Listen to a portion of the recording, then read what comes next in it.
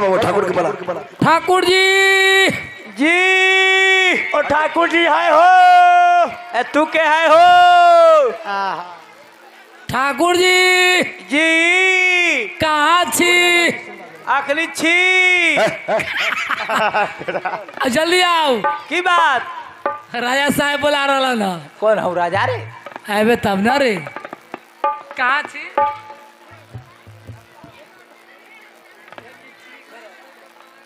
आओ जल्दी। प्रणाम मालिक बनल रही कुछ पता है मालिक हमरा एको गो पोता न है ना ना मालिक एकरा कोगो पोता ना भर गांव ददे है। तोरो दिमाग भेजा चल गया पहले जा। ना मालिक अरे कुछ जानते हो मालिक हम किसी को नहीं मानते हैं किसी को नहीं मालिक अपन बाप ओरिजिनल है ओकरा तो मानबे नहीं करता। साफ केकरा मानेगा अच्छा ठाकुर जी हैं जी अच्छा ठाकुर जी जी दाढ़ी बनाते हैं जी मालिक कौन चीज से कोदारी से अहो ठाकुर जी आए ऐ रहो जब दाढ़ी बनबैत हो भाई तब बेट लगा को बड़का बेट निकाल के ननकी बेट लगबैली अच्छा ठाकुर जी मोछ कटवाना हो तो चल जाओ आरा मिल में आरा मिल में खड़ा होकर बनबैले ना सुता के जे गेल से फिर दोबारा लौट के न आएगा खड़ा होकर गेला अच्छा ठाकुर जी अगर माथा मुंडन करना हो तो मालिक अब हम तेज हो गेलिए तू कैसे मालिक चल गेली ए कहाँ मालिक चौक पर कौन चौक पर अंडा चौक अंडा चौक अब मालिक लिए कीन के कथी मालिक 65 रुपया में ए कथी मालिक सफा चक ओकर की काम है अब मालिक माथा में लगा के धो देली एकदम उजरे चमक नहीं धोवाई मारे तमल के धोलैया का अयोध्या में दूगो लड़का जो आयल था हां मालिक अयोध्या से ओकरा की भेलै मालिक की ना भेले राजा जनक जो वर्ण किए थे धनुष को हां टूट गया तो टूट गया तो मैं हमार बाप के की जाए चिट्ठी लीजिए चिट्ठी लेकर अयोध्या नगरी जाना चिट्ठी मालिक कथी चिट्ठी ओ दलपिट्ठी हम कहता चिट्ठी तो दलपिट्ठी लेटर ओ तैना कहू जरनेटर ए चरनेट हे भगवान पत्र मालिक लोहा वाला पत्थर बहुत दिमाग संवाद मालिक के लिए आई है ए कहाँ कहाँ मालिक जैकाबाद जहानाबाद फरीदाबाद मुरीदाबाद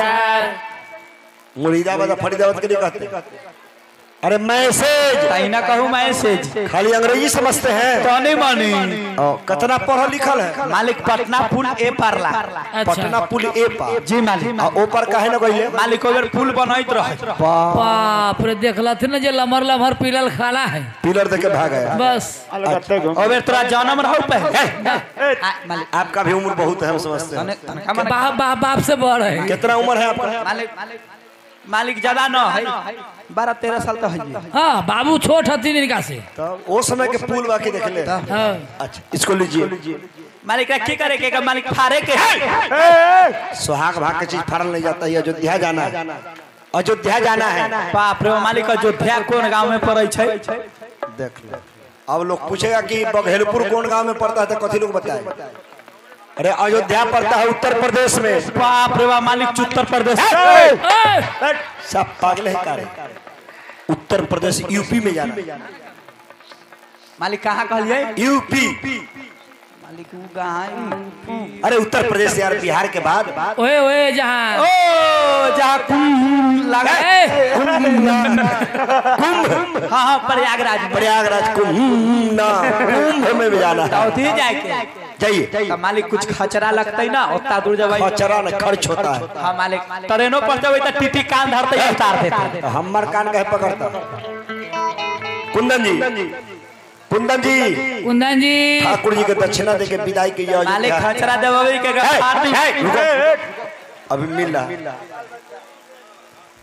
जाओ जल्दी कहाँ जाइए मिल रहा जेबी में हाथ घुस ले पकड़ ले हाथ निकाल ले जा पैसा रहू ना तब ना जब ले लो मालिक हो ई तो जुलुम कह देलखिन हो की भेले मालिक के कोगो बचवा के दाम न देलखिन बचवा मतलब न 250 में दे जे फ्रूटी हो छै कथि बचवा राजा के बियाह में अचबा बचबा के नाम मालिक ने सस्ता है केने ओहे अरे हाँ तो उतना में तो हो जाता। फिर चिकन लगी ना भाड़ा कथी जा जा अरे तो राजा के बियाह में पिए जा घरे। मालिक जोन जोन पैसा देते हुनके दाढ़ी बनब बाद बाकी के बाद भाई के फुला के चौर भैया मिल चखना के दाम ये आ गया। 2 गो टका टकला भैया बस एगो फ्रूटी अकेले घरे कौन कौन आय ए गिलास के दाम दे छ लावन कन्ने कन्ने कन्ने कन्ने कन्ने कन्ने सामने ओने उच्च सर आई जल्दी लावन पापा पर ट्रेन छोड़वा दो आई गिलास हो चिकना से ज्यादा गिलास हो जाता है। अच्छा ई बात बताबै जा तू सब पैसा दे छ ई गांव में 10 टकिया 20 टकिया के सब चलैते कहला हमरा से के गांव में कहिया बंद हो गेल बाप रे बाप। कौन गांव तोरा गांव में कौन नोट चलता है? मालिक आर हाई सब अरे तो है ना 100 ही भेलै आ 150 फेर दे देबे ना मालिक एहे में चपकल रहै छै छपा लेता 250 हां और मालिक तकर बाद 350 300 ना ओकरा बाद मालिक 450 अंतिम पैसा कितना होगा? मालिक अंतिम 82 रुपया 82 रुपया। हाँ अंतिम भेल है। अच्छा ठीक सबसे है। आप अयोध्या जाइए अतर का हजामिन के बोलबाबा हजामे से तोरा कौन काम है? हमारा काम नहीं है। देखिए जितना लोग नौजवान बैठल है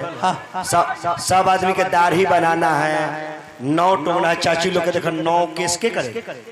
तू तो चल जाएगा। अच्छा मालिक हम अबै त न टाइम कहाँ है? हम बोलो जल्दी बोलो।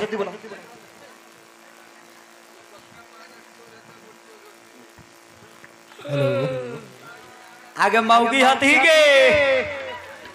मौगी की कहे छुजी जाओ आब तू कन्ने ह त कन्ने से बोल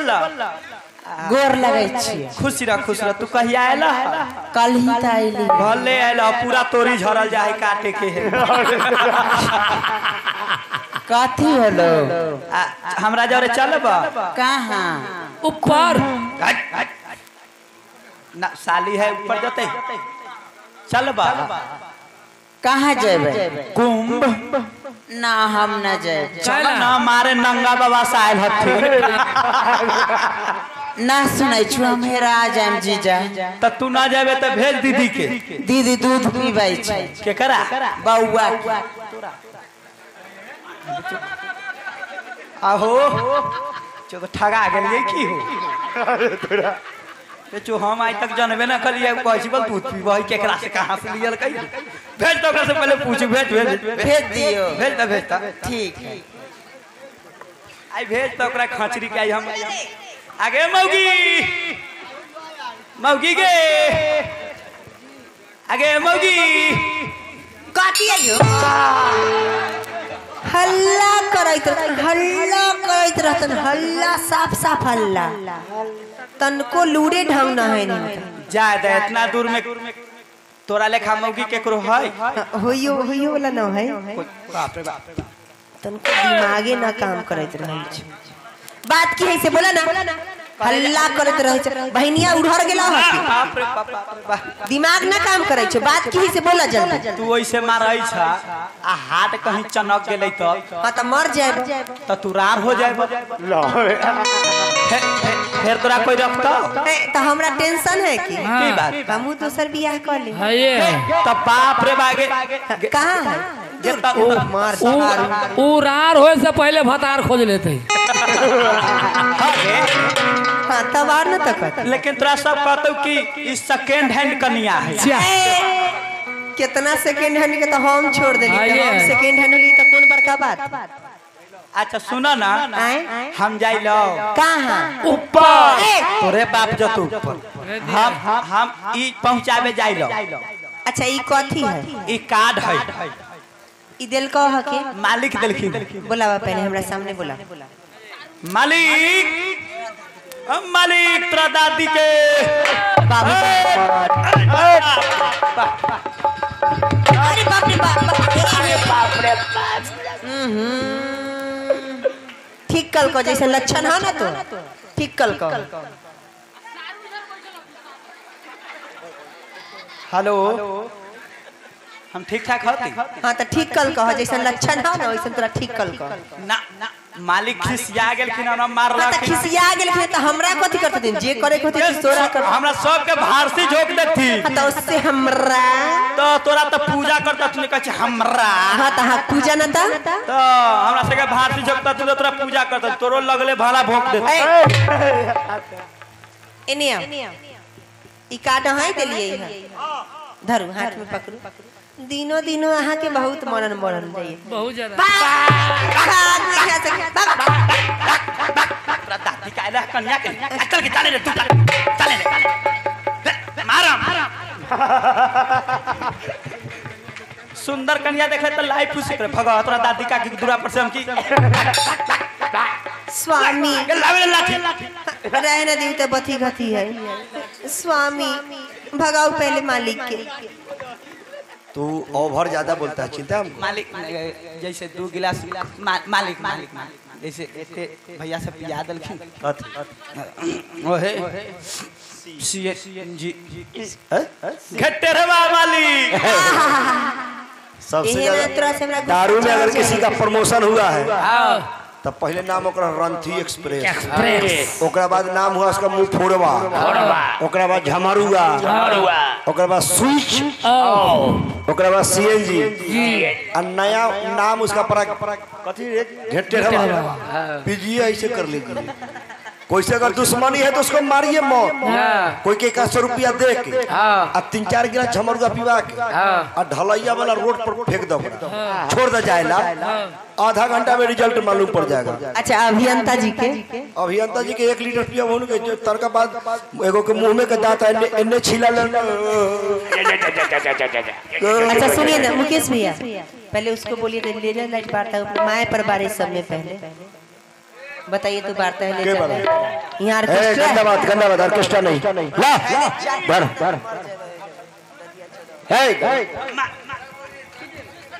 सुना ना हम जाई ला जल ला हाँ तो जाई छ तो हमरा कथी कहै छ से बताबा ना जैसे कहै छे कात को भजन सुनावन अच्छा एगो बात हमरा पहले बताब तू ओने से घूम के आएबा तो हम किस कलर की साड़ी पहन कर रहबा बताब माने कि हम 1 रुपया जोड़ै छी भैया जल्द 1 रुपया कमाए के चलते हम जाई छी कमाए तुम्हारे हमर गांठ फटल जाई कहया कि जे किस लगे भगवा भोसरी की हम माने ठाकुर जी के कमाइत गांठ फटल हम तो तोरा से पूछाइत रहियो जे हम किस कलर की साड़ी पहन कर रहबा तो लगला तू एने ओने बोले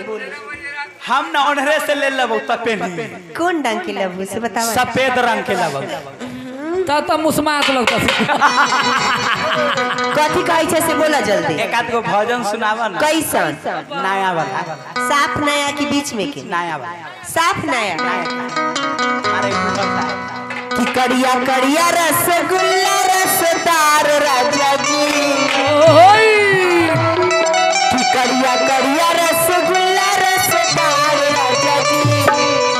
एगो करिए सिलाई सलवार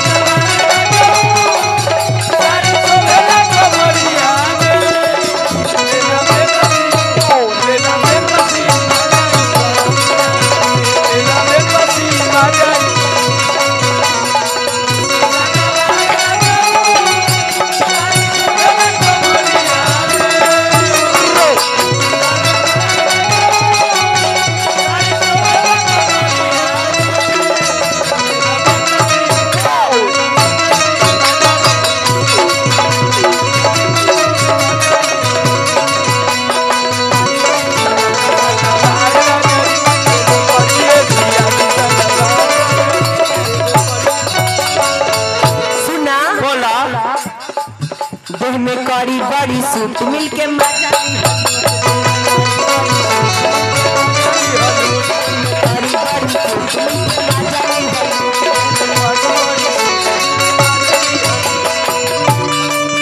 प्यार करी भरपूर नहीं जइहा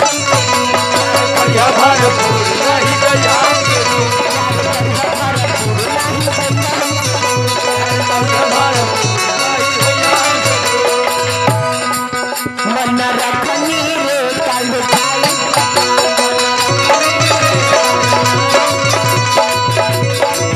हम तो ओही जैसे जाके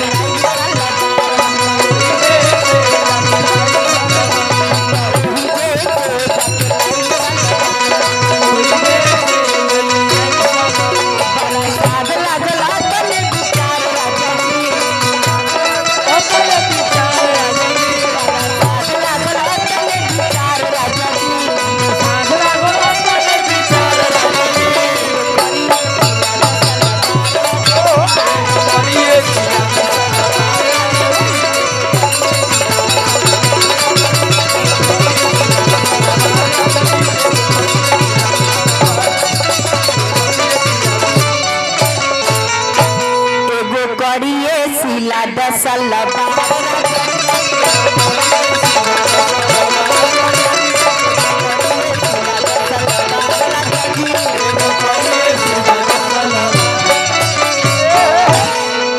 की करू जाओ की रहू है जो ना तो हम हो जाए ना। सुन फिर मालिक बाबू दूसर पुसर ना करिए जो घर में ठाकुर जी ध्यान